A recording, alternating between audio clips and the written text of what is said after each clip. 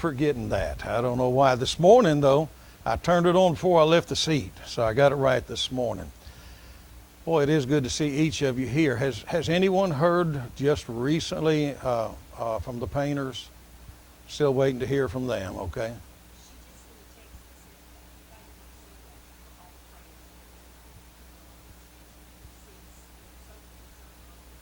The Lord is seeing us through. Okay. All right. So let's remember to pray for them. They need our prayers. And of course, there are folk here that need our prayers as well. Just continue to pray. Don't give up. Man, when times seem rough, I remember the message this morning, if he watches the sparrow. Now remember, he lets the sparrow die, doesn't he? You got to remember that. But then he watches over us, that we are far more important than a sparrow. And I gave you those reasons, 3 reasons out of that passage this morning out of Luke chapter 12, I believe. And why it needs to encourage us, and that we should not fear the things that come our way.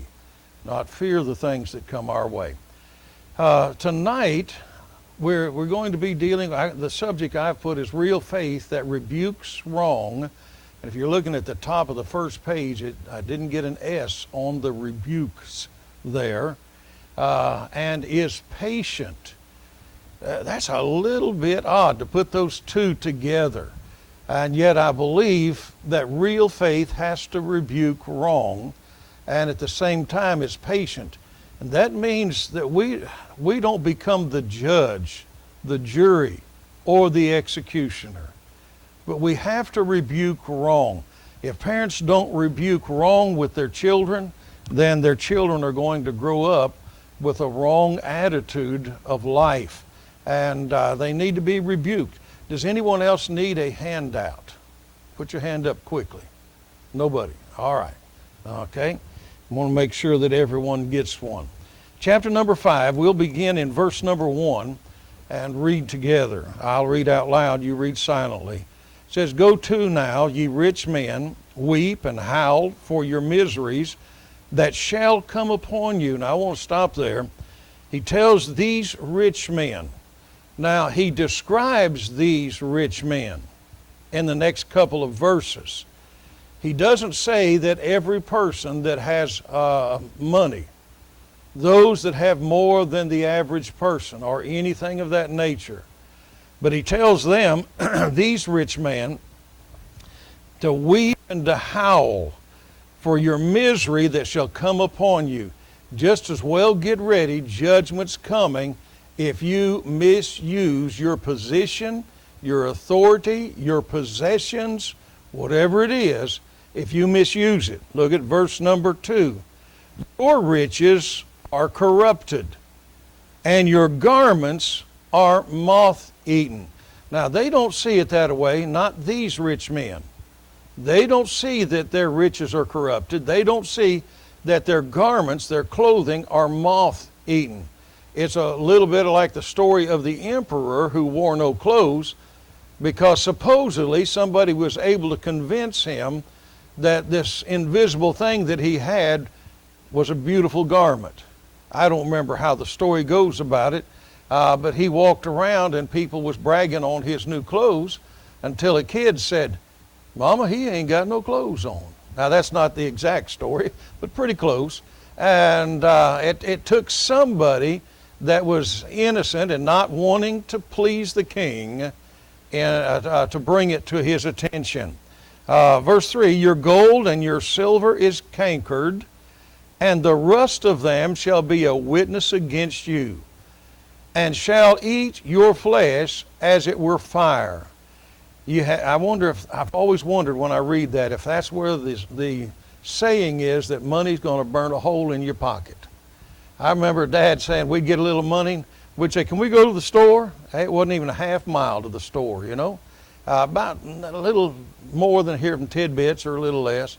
And that's nowhere when you walk everywhere. And I said, "Dad, can we go?" And he said, "That money burned a hole in your pocket, isn't it?" Well, no, and I didn't understand what he meant, but I do now. It's your mind that's burned a hole in.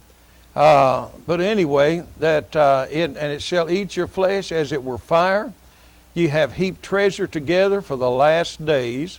Behold, the hire of the laborer who hath reaped down your fields, which is of you kept back by fraud. This is the kind of rich man that we're talking about, that the Scripture is talking about. Not those that are honest and right, those that are not. They're dishonest and wrong. It crieth, and the cries of them which have reaped are entered into the ears of the Lord of Sabaoth. Now they knew the Lord of Sabaoth. The Lord of Sabaoth said, if you walk too many steps on the Sabbath day, then you could die. You could be put to death. You couldn't cook your meals on the Sabbath. You had to prepare them the day before. All kind of things. They knew how dangerous that was, and they knew this was talking about judgment. Verse number 5, ye have lived in pleasure on the earth. Most of the commentators said that this meant that they had lived a righteous life. And I think I probably put a word similar to that in the notes, and we may get to the notes and we may not tonight. But I don't think that it has to be a riotous life.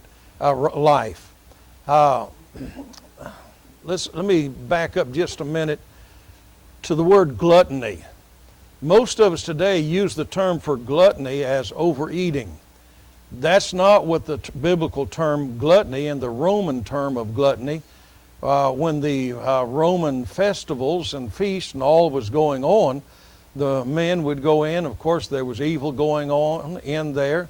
There was more food than any person could eat. Food, meat, fruit, breads, everything under the sun. There were women and different things in there that they shouldn't be involved with. And they would go in and gorge themselves.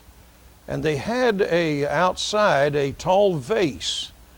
They called it flesh pots, because the Romans, once they got to where they couldn't eat anymore, they would go out, either stick their finger down their throat or cause themselves, I won't say throw up or vomit, puke is the word I'll use tonight, into those flesh pots, so that they could go back in and eat again. Technically, that is what gluttony is. Now, gluttony can be severe overeating and not doing the rest of it. But it's riotous eating of flesh is the term that's in most dictionary, unless it's one of the modern ones. But it's in most dictionary, the riotous eaters of flesh. And that's different than any other lifestyle. But here, these people, they had lived in pleasure on the earth. They had not been concerned about others. They had only been concerned about feeding their own lust, whether it was eating, whether it was immorality, whatever pleasure it was, they had to feed their own lust. It says, and have been wanton. In other words, they have fed and nourished their desires, but they still lacked satisfaction. I tell you, we sometimes lack satisfaction because we're too used to getting what we want. I still say that one of the reasons there are so many sicknesses today is because we do not eat seasonably anymore. And those of you my age and older know what I'm talking about. There was a season when you killed hogs. And you put them up, you preserved them, you had bacon maybe year round, but you didn't kill hogs year round. There was a season where you would kill a beef. And a lot of the people in this area didn't like beef. They would kill one and sell it. But very few of them liked it that I talked to, the old timers. And but you'd eat a little. You ate berries when berries were in season. You ate fresh fruit when fresh fruit was in season. And then when it was out of season, unless you preserved it some way, then you had to find some other source. We ate everything in season, and I really believe that's the best way to keep healthy in life. A moderation of the things, some of them we love more than others, but a moderation of each one. But it goes on and says, you've been wanting. You have nourished your hearts as in a day of slaughter. You've nourished your hearts as if it was the day when you was feasting upon all of that good stuff. You have condemned and killed the just, and he doth not resist you. Now the first part, if you'll look on the inside of your notes there, we've divided this up into just 3 parts, I believe, for tonight. The first part is the reckless rich are in danger of God's judgment because of their pride, their fraudulent dealings or stealings or holding by fraud or whatever, rebellious living, and cruelty. And that's these first 6 verses. And we've just read those. But we find that these people, these rich people here, they're not the average rich person. They're the average rich person that is wrong in their dealings. Since these are Jewish or Jewish converts to Christianity, since these are people that claim Christ, they know all the rules of the Old Testament. They've been taught all of the law of the Old Testament. And they know that all of these things that are mentioned here are wrong. That they're just terribly wrong in their lifestyle and how they treat others and everything else. So this is not your average person that just has a little more money than you got. That is the definition of rich, right? Somebody that's got more money than you got. And, we're not rich, but somebody else has got more money, they must be. Or in the farming community, somebody's got more land than you got. Somebody that's got more equipment than you got. Those people must be rich. It's relative to how we think. I remember our cousins telling us that we was rich. And Dad's brothers telling him that he was just lucky. He got everything. Everything went good for him. Dad wasn't lucky. He just quit drinking. He didn't get saved at that time, but he quit drinking. That changed things. He wasn't paying a lawyer to get him out of jail. All the other things that was going wrong with what he was doing changed because he quit drinking, and his brothers didn't. And most of their life was that way. Most of them didn't get saved till much later in their life.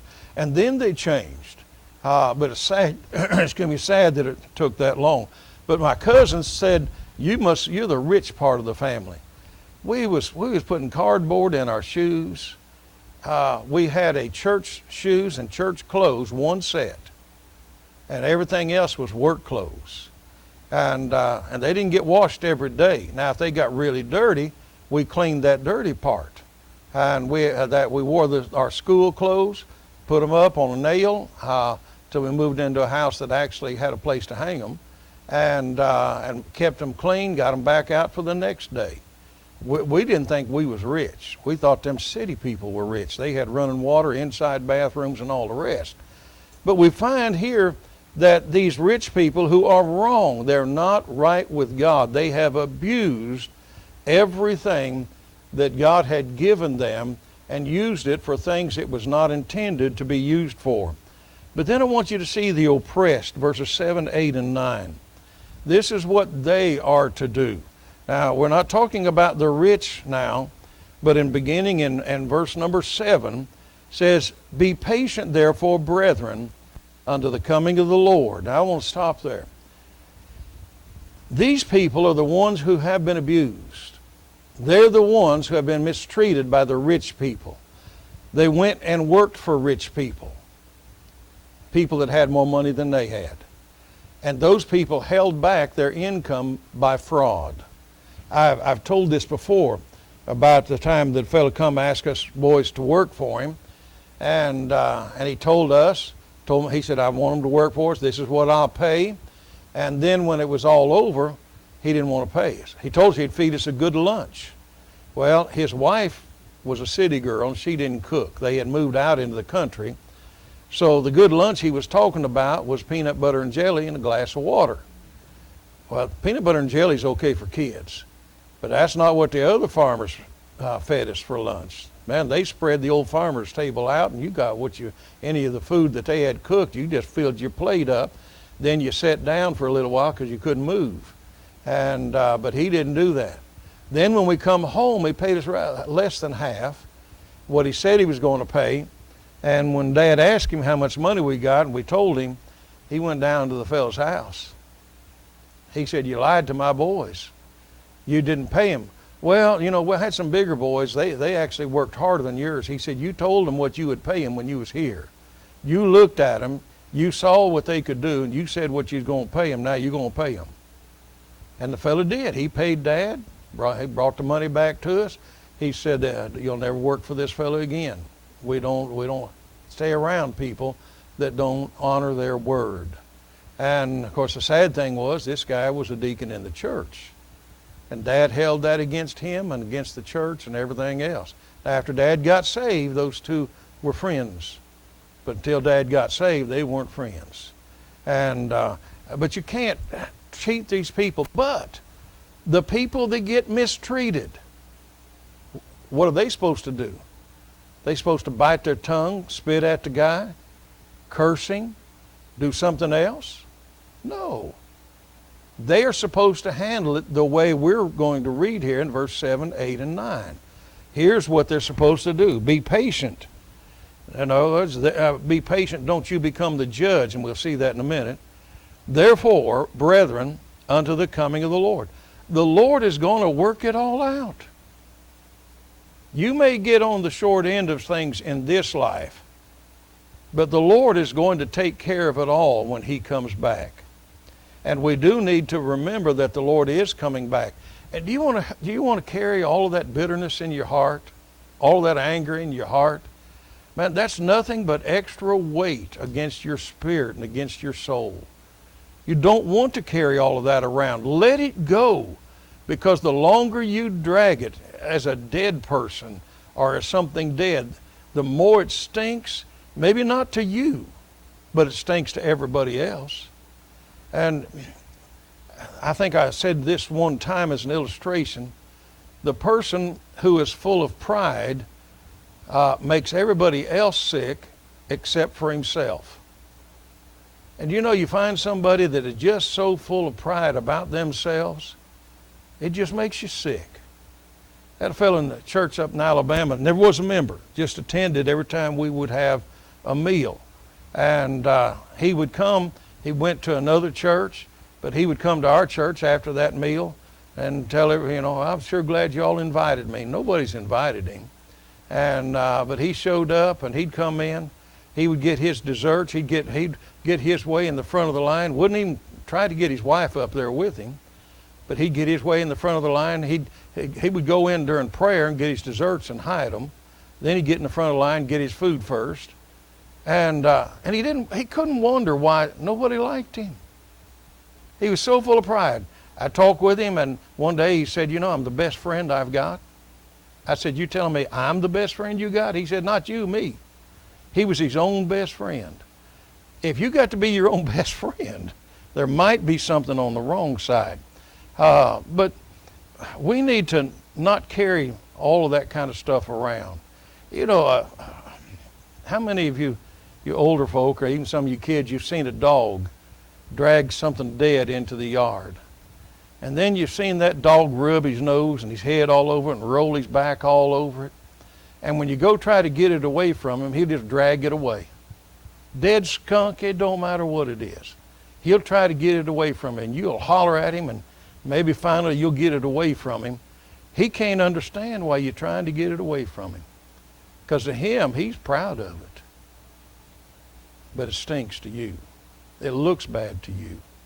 And we have to be careful that we don't carry stuff around that stinks and looks bad and causes others to see us in that same light. So we're to be patient unto the coming of the Lord. Behold, the husbandman waited for the precious fruit of the earth, and hath long patience for it until he receive the early and latter rains. Kind of like here, I don't know if we got the early rains, but we're getting the latter rains now. And but the garden needs it, the soil needs the rain, and you have to wait. And in Israel, they would plant their crops, and when the early rains come, they would start breaking through the ground. When they did, of course, they would keep that dirt around it soft so it could keep growing up and the roots growing down. But it wasn't until the latter rains came, when it was time for it to put its fruit on, that you really got something good out of it. And I believe that's what it's talking about here. And we need to be patient, just like a farmer is patient. The husbandman, a farmer. It goes on, it says, waited for the precious fruit of the earth, hath long patience for it, until he receive the early and latter rains. Be patient also, be ye also patient, establish your hearts. That word for establish, of course, we can say establish, but it just simply means not to be moved. Get your hearts to the place where anything that comes their direction is not going to move you. I was listening to a thing this week about temptation, and how that temptation has to do with feelings, the feelings that are attached more than anything else, and the feelings and the thoughts. And they was dealing with it in some kind of a scientific way, and I didn't get all of it. But the illustration they used was one that helped me to understand it. You could come in tonight with a bottle of Seagram's whatever, whiskey, gin, wine, I don't know what all they've got. You could bring it in, pour it in a glass, and I've got no feelings for that. None positive. I'm not attached to it. No emotions. Emotions is what they said, not feelings. There's no emotional attachment. I've never been drunk with that kind of stuff, with drugs or any of that other stuff. And I think anger, I've been drunk on anger a few times, I think, but not on the liquor or any of that. It just has no meaning for me. But there are people that, well, all they have to do is see something like that, and it brings back memories. It brings back emotions, and they want it. But it has no temptation for me whatsoever. There are things that have emotions and temptations for me. And I have to be careful when they come by, when that happens. Because if I don't flee from that, and I'm not established in my heart that that's wrong, and all it can do is hurt me and everybody else involved, then I might give in to it. You have to see the evil, the harm, the danger that's in those things. And if you can do that, well, what a blessing it is. You won't end up getting involved in it. We better move on from that area. Be patient. Establish your hearts, for the coming of the Lord draweth nigh. Say, preacher, that was 2,000 years ago and it hasn't happened yet. That's right. How much closer are we? A whole bunch. Yeah, it's about here. I'll tell you, in Israel's day, and these in the Bible days when it was being written, they just knew that everything was about Israel. And all of these things that they talk about the Lord's coming is all about Israel, what's happening in Israel. And we think it's what's happening in America. But honestly, it is about what's happening in Israel. And all of those things are right too, for Jesus to come back. And we should remember that. Then verse number 9, grudge ye not one against another. Now he's talking to the ones who were offended. Don't take a grudge. I wish I could find, I had a cartoon caricature of a grudge. He was an ugly, wasn't an octopus, but he had a number of arms, and they weren't like octopus arms, but that old grudge had slimy stuff kind of dripping off of him. I don't know who drew it, but they drew it pretty good. And this fella, the sign above it was "My Pet Grudge," and he had an armband and a chain on that grudge, but it went down to his foot, and it was actually the grudge was leading him and pulling him around. Grudge not one against another. Yes, you have been mistreated. Yes, somebody did you wrong. Have you ever counted the times you did somebody else wrong? Do you think about how bad that was as much as you think about the times somebody did you wrong? Have you considered one another? Have you considered what trying to get back at them will cost you in your Christian life? Will cost you in your family life? Will cost those other people? Grudge not, the Scripture says, one against another, brethren. Now, remember he's saying brethren here, and I don't think he used the term brethren in the first 6 verses because he's talking about that particular group of rich people that don't live and act like brethren. And then in verses 7, 8, and 9, he uses the word brethren. Grudge not one against another, brethren, lest ye be condemned. For the third time, he talks about the Lord coming back, and once in each verse.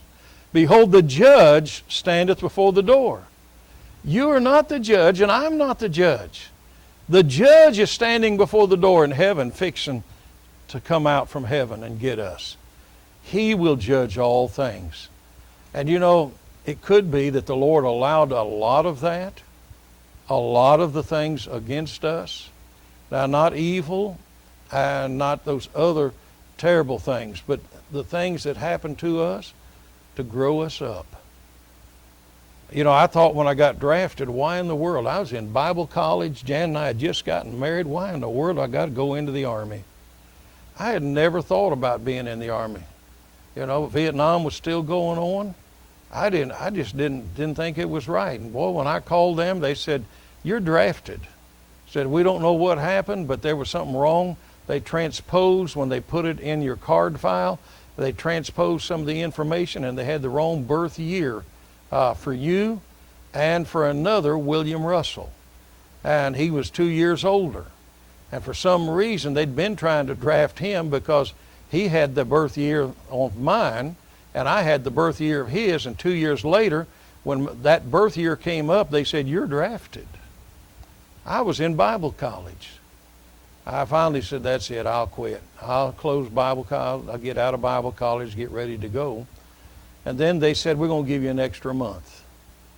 The draft basically was over in January, and I wouldn't have had to have gone had I been able to stay out 5 more months. But you know what the Lord did? He opened a world of doors to grow me up in the military, to help me see things different. I was a farm boy that didn't know, country boy that didn't know much else. But I learned a lot, not only here, but overseas. And the Lord did a work. I saw missions work and worked in missions work firsthand, all because of being drafted. He's the judge of what happens that's right and what happens that's wrong. Oh, for those that abuse you, they still get judged for what they did. But let it make you a better person, not a bitter person. Look, if you will, then, beginning in verse 10, 11, and 12. Take my brethren, again, he's talking about brethren, the prophets who have spoken in the name of the Lord, for an example of suffering, affliction, and of patience. You know, he's saying, go back and ask Jeremiah what it was like to be thrown into a dungeon prison, left there. All you did was tell them what God told you to tell them, and they threw you in a prison. And he wasn't the only one. Go back and check the prophets and see how they suffered. But then, he's in the next verse, verse 11, behold, we count them happy which endure. Ye have heard of the patience of Job, and have seen the end of the Lord, in other words, Jesus dying on the cross, that the Lord is very pitiful and of tender mercy. And so we've seen where Job, how many of you are glad Job went through that so we could have an example? Sure we are. We didn't want him to suffer, but somebody had to in order for us to get an example. Jeremiah had to suffer to give us the example that he gave us. Paul, when he was abandoned by the two that abandoned him, that just left him, Paul was one of those guys it's hard to work for. Paul was one of those didn't understand people that didn't see things his way. And boy, when people, I've worked for a lot of men like that over the years, and they would tell you what they wanted, but wouldn't tell you in a way you understood. And then they'd be mad because you didn't understand. My boss in South Louisiana, I'd worked for him 3 or 4, maybe it's 5 years. And one day I asked him, I said, look, I'm tired, we've had a rough day. I said, I need you to help me pull the lines on this. I said, none of it's coming out right. Man, we have measured and we have turned, we just had it wasn't a full transit, the surveyor's level, and we were just turning 90s and things. And man, you can't miss if you're turning 90s. You just can't miss. And we were in the wrong place, it looks like. It come up the same all the time. And he looked at me and he said, just do it. I ain't got time to fool with you. And boy, that hit me wrong. I said, thank you. I went and started loading up my tools. He said, what you doing? I said, going home. He said, whoa, wait a minute, I'll help you a little. I said, no, I'm going home. You've got to be willing to tell me where my mistake is. I wasn't making a mistake. The engineer drew it wrong and put the wrong numbers on there. And so when I called the engineer and I said, we're going to be running right through this row of piers right here. And the engineer looked at it. I said, what about them pipes up there? We're putting pipe stands. Where are you going to put your new pipe? He said, let's go back to the beginning. And he wrote some new numbers down on the paper that we had. And we turned our 90s, pulled our distance and our 90s, and we came up where I came up with every time, except over that 3 feet, whatever it was, to get out from under those pipes. But I was ready to quit. There are those kind of people, but we can't. We've got to go on. Those that have endured, we count them what? We count them happy, which endured. Verse number 12, but above all things. Somebody tell me when the phrase, but above all things is there, what does that mean? It means this is important. But above all of this I've just told you, but above all that we've just talked about, there is something that I'm going to tell you that you need to take time and pay attention to. Above all things, my brethren, swear not. Oh. That word for swear there is a dual word. It does mean that you are not supposed to take oaths in a certain way. That's why I've always had trouble with this verse, because of the fact that you go into court and they say, do you swear? And I always tell them, look, I don't like that word. I'm going to promise that I'll tell you the truth. And the judges have always allowed me to do that because they know what this scripture is. They've faced it before. And I don't know what they'd do if they told me I'd have to go to jail for not using the word swear, but I promised I would tell the truth. And but here, when it says not swear above all things, brethren, swear not, we're really being told that we should not take oaths that we are going to break, that we're going to change. The other thing of that word is to actually take God's name in vain or to use swear words. Inside, and I wanted you to read this, I put Robertson's New Testament word pictures at the bottom right, and I want to read that to you. It says, swear not, and that's the two Greek words there. Not is me, M-E, and then to swear is that other word. Prohibition of the habit, or to quit doing it if you're already guilty. In other words, this whatever swearing is, if you're doing it, quit. If you're not doing it, it's prohibited, don't start. Then it says with me, and that's the word for not. And the present active imperative of this first part of that word, it says these various oaths, profanity, forbidden. M-E-T-E means thrice, are in the accusative case after this word for swear there. According to the rule, says the Jews were wanting to split hairs in their use of profanity, and by avoiding God's name, imagine that they were not really guilty of this sin. In other words, if they didn't put God's name in their swear, then they thought they weren't guilty of taking God's name in vain or swearing. Now, there's more to it than that.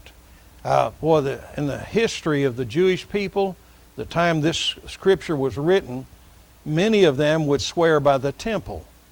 I take an oath by the temple. The temple has nothing to do whether it's right or not. And that's why that the Lord tells them, and there's other places, Matthew 5:33 through 37, that you can read all of that there, where it says not to forswear. And that means, let me see if I can read it there, to swear falsely. Okay? In other words, to lie, to swear falsely. And of course, it goes on in verse 34 through 37, and there's much more that's involved in that. But this is important, that we swear not. Doesn't mean you can't say at a court that I swear. Sometimes they'll ask you, do you swear or affirm? And I can say I'll affirm to the truth. And, it's one of those things that I want to be careful with it, but I don't want to get to the place where I'm not willing. Well, I don't know how I want to say that. You can't not go to court when you're called, and you have to tell the truth. We should all be telling the truth, but your oath isn't, is this cussing? I swear to God. Have you heard that? I have. That I'm telling the truth, and they're lying through their teeth. We have to be careful about taking God's name in vain, taking it lightly, or forswearing or swearing to an oath, especially if there's some doubt whether it's the truth or not. The truth must prevail. He's telling that to these people that were mistreated. These people have to be careful that they don't get bitter and get away from God. There's many a people sitting at home today because they're angry at somebody in the church. Or they're angry with God because He didn't answer their prayer the way they thought He should. Don't let that happen to you. Let's bow our heads for prayer.